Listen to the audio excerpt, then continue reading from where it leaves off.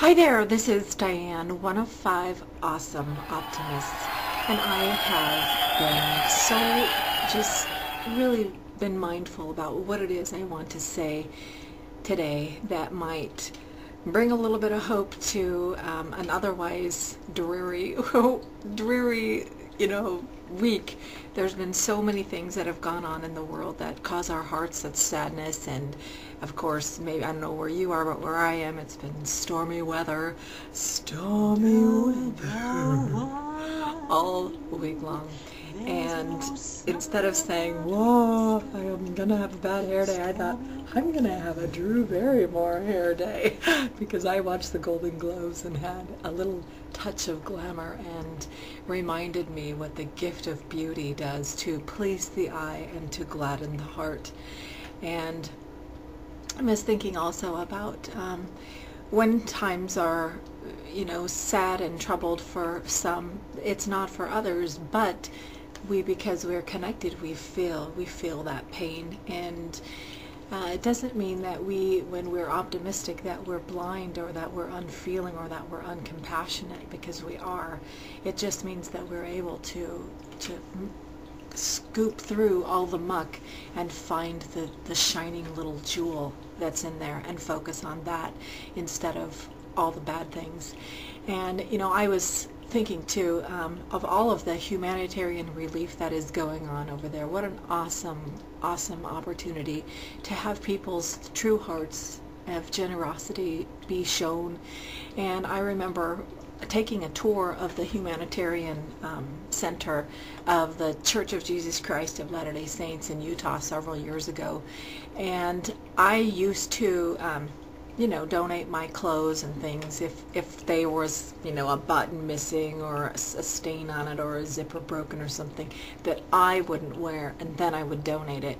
But after having gone through that place and toured the whole big center, I will never ever donate something that I wouldn't wear myself. I donate the best of the best that just happens to have been sitting in my closet for too long, that I thought, what, I'd rather give it life to someone else and let this article of clothing fulfill the measure of its creation by blessing somebody else, because it's just hanging in my closet and I don't seem to keep finding a use for it, so let someone else do it. So sometimes we think there's nothing that we can do, but there is something that we can do. We can go through and first of all, be grateful. Just be grateful. Second of all, we can send our heart's wishes out to the universe. You can pray for people. You can be kind to people where you are. And third, you can donate all of the stuff that is still in great condition that you just don't happen to be using. I have right now probably 3 bags bursting, working on more this week, and it feels good. It feels good not only to let this energy flow in a positive way. It's not like I'm getting rid of something, it's that I'm going to share something of my excess that I am not using at the moment. And there's so many things that we can find around that we're just not using. I mean, if you have in your your kitchen drawer, you've got 30 wooden spoons. Why do you need 30 wooden spoons? 1 or 2 will do, won't it? And I have since I have had my life in upheaval the last several years, I've moved like 4 times and realized how little possessions mean to me. As much as I love my things, and I do love the things that I do have, if I don't absolutely need it or I don't love it, I let it go. I just let it go. And so I'm sort of in that frame of mind where I'm realizing that sort of less is more, and that what we can give to others, that is our excess, is a blessing to us and a blessing to them.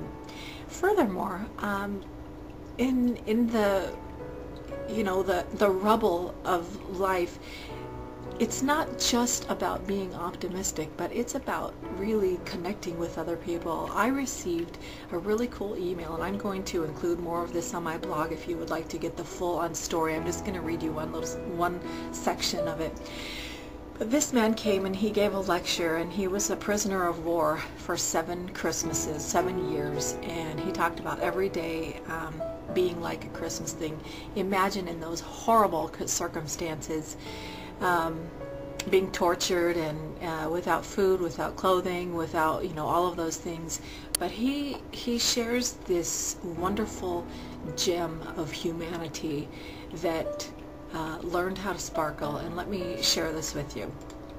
He said, every day as a POW, prisoner of war, would have been considered Christmas if one were to define it as a special time for serving others. All prisoners helped each other, sometimes at great risk. Most of the injuries from our shoot-downs were never medically treated, never. One POW had both of his arms broken so badly that they grew back crooked. His roommate had to help him get dressed each day and had to perform other simple tasks that were required. Another prisoner had grand mal seizures from being hit over the head with a gun barrel during torture sessions. Because these sudden attacks were life-threatening, we would take turns staying up with him through the night in case he had a seizure. Everyone helped another inmate with physical therapy, which resulted from faulty surgery to his arm after his arrival to the prisoners' camp.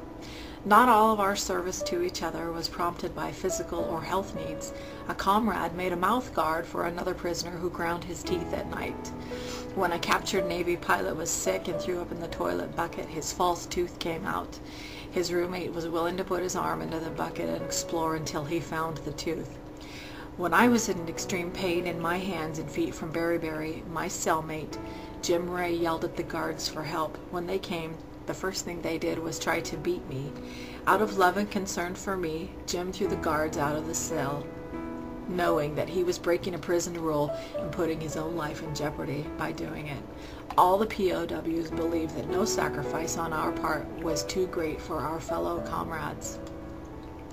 Now, I know that there are so many stories like this and so many lives that circle around us as we live our own little planet, our own world.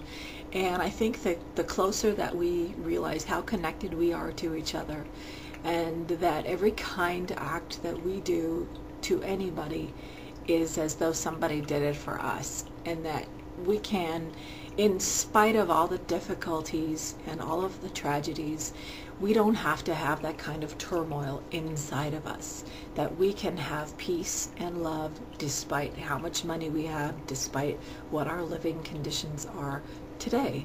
We can have that today, and we can offer our hearts to others in need. And when we do that, even though we also may be in need, that somehow that little balm of comfort is given to us because we gave to someone else. So in spite of all of the other things that are going on in the world, and I am grateful. I'm grateful that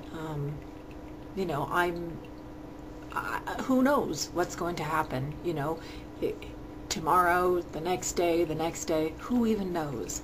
But for today, I can smile and I can give my gifts to the world, and we can enjoy, the gifts of other people and their generosity, and also the beauties of life, because there are beauties everywhere. And imagine, being treated by somebody who, looked like a mess, or somebody that looked beautiful. And so I wanted to give my special touch of glamour on this special post today. This particular look was inspired by Drew Barrymore of the Golden Globes, and I just realized what a lift that is to, in spite of all the other things that go around us, to offer beauty, to please the eye, and to gladden the heart. So thanks so much for joining me today. I'm Diana, one of 5 awesome optimists.